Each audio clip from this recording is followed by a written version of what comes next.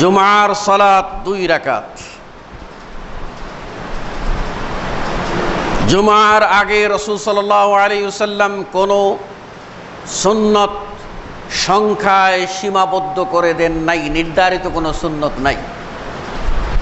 বুখারীর হাদিসে আসছে রাসূলুল্লাহ সাল্লাল্লাহু আলাইহি ওয়াসাল্লাম বলছেন, মান ইগতাসালা ইয়াউমাল জুমআতি গুসলাল জানাবা, যেই লোক জুমার দিনে ফরজ গোসলের মতো গোসল করল, অতঃপর সুগন্ধি ব্যবহার করল, আর সে বের হলো কেবল মসজিদে জুমার সালাত আদায় করার নিয়তে, অন্য কোনো নিয়তে নয়।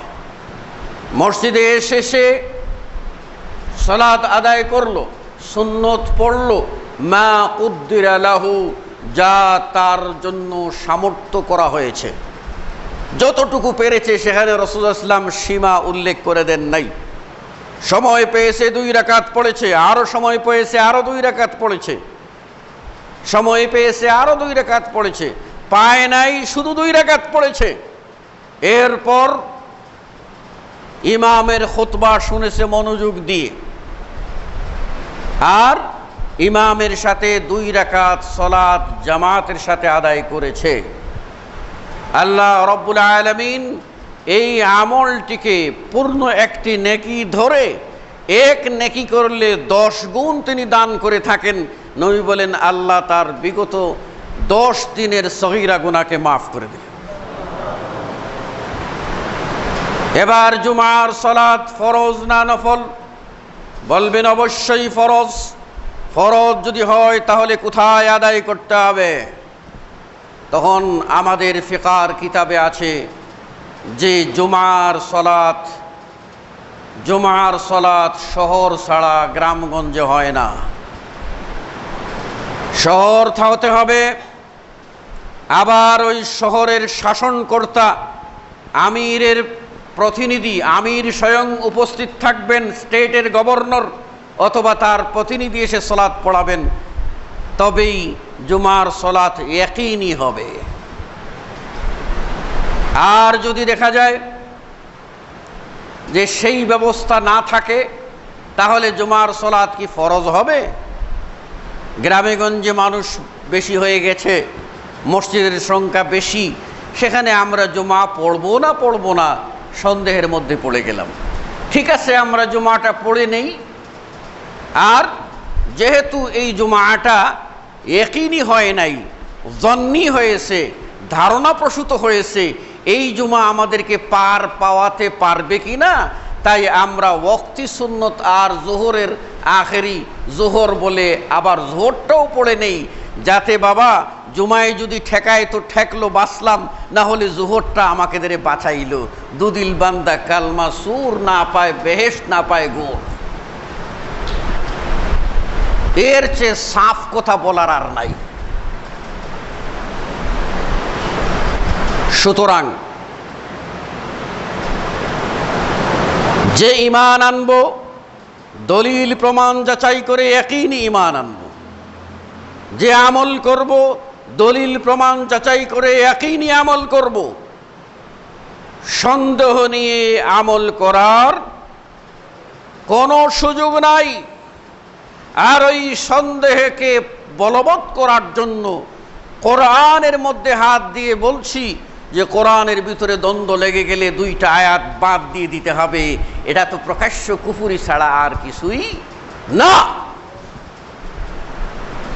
আমার জ্ঞানের স্বল্পতার জন্য অথবা আমার চিন্তাপুষ্ট মতবাদ প্রতিষ্ঠা করার জন্য কোরআনের আয়াতের ভিতরে বৈপরীত্য দেখিয়ে আমি বিভ্রান্ত হয়ে যাব আর কোরআনের আয়াতকে বাদ দিয়ে দেব, এত বড় দৃষ্টতা যদি আমি দেখাতে পারি, তাহলে কি মুমিন থাকতে পারবো? আল্লাহ আল্লাহ, আপনাদের সকলের বিবেকে আমি বলেছি কথাগুলি রাখতে। আমি ঈদের খুতবায় বলেছিলাম, এই ভারতবর্ষে আরব বণিকদের মাধ্যমে ইসলাম প্রবেশ করলে দীর্ঘদিন বণিকরা থাকেন নাই, ফলে পরিপূর্ণ ইসলাম শিখতে পারেন নাই। বৌদ্ধ থেকে গ্রহণ করা, বৌদ্ধ ধর্ম ত্যাগ করে ইসলামে আসা, সনাতন ধর্ম ত্যাগ করে ইসলামে আসা মানুষগুলি প্রকৃত ইসলামের 16 আনা শিক্ষা পান নাই। যেটুকু পেয়েছেন করেছেন কোত্থেকে? ওই দুটি ধারা, একটা হলো সুফি দরবেশদের কাছ থেকে সুফি ইজমের ছোঁয়া, আর আরেকটা হলো ইরাক ইরান তুরান হইয়া আসা ফার্সি আর ওই ভাষার কেতাব। ফলে অবিমিশ্রিত ইসলাম, খাঁটি ইসলাম, কোরআন এবং সহিহ সুন্নাহের ইসলাম আমাদের মাঝে অপরিচিত থেকে যায়। যে কারণে এই ভারতবর্ষের মানুষেরা কোরআনের অনুবাদ করলে মানুষ শিখে ফেলবে, তাই যে অনুবাদ করেছে সে কাফের। হাদিসের চর্চা করলে মানুষ হাদিস শিখে ফেলবে, গুমর ফাঁক হয়ে যাবে, সুতরাং হাদিস চর্চা করা যাবে না। একেবারে দাওরে হাদিসের আগ পর্যন্ত আলিফ বা সা থেকে শুরু করে একেবারে দাওরে হাদিস পাশ করে টাইটেল পাশ করে ফেলবে, তার আগের বছর পর্যন্ত তাকে পড়ানো হয় ওই সমস্ত ফিকাহের কিতাব। আর লাস্টের 1 বছর তার মধ্যে রমাদানের আগে তার মধ্যে দেখেন কয়টা ছুটি পড়ে, সব মিলিয়ে দেখা যায় বছরে গড়ে ক্লাস যদি ধরেন 3-4 মাস ক্লাস হয়, এই 3-4 মাসে কেবলমাত্র হাদিস পড়েছে এই কথার বুলি আওড়াবার জন্য কুতুবে সিত্তা, সহিহ বুখারী, সহিহ মুসলিম, জামে তিরমিজি এবং আবু দাউদ আর ইবনে মাজাহ, এই যে কিতাবগুলি আছে, এই 6টি হাদিসের মধ্যে লক্ষ লক্ষ হাদিস। শুধু বুখারী ধরেন না কেন, শুধু বুখারীকেই যদি ধরেন তাহলে তাতে আপনার একাধিক উক্তি বাদ দিলে 4000 হাদিস। এই হাদিসগুলি কোথায়? 7275 কতটি হাদিস, আর ওই তাকরার বাদ দিলে 4000 হাদিস। এবার 4000 হাদিস পড়তে গেলে 4000 দিনের দরকার। 4000 হাদিস যদি পড়তে চায় বুঝে শুনে 4000 দিনের দরকার। মাত্র 365 দিনের ভিতরে পায় হয়তো আপনার 100 দিন, বাকি দিনগুলি ছুটি, বিভিন্ন প্রোগ্রাম। এই 100 দিনের ভিতরে এই হাজার হাজার হাদিস তারা কিভাবে পড়ায়?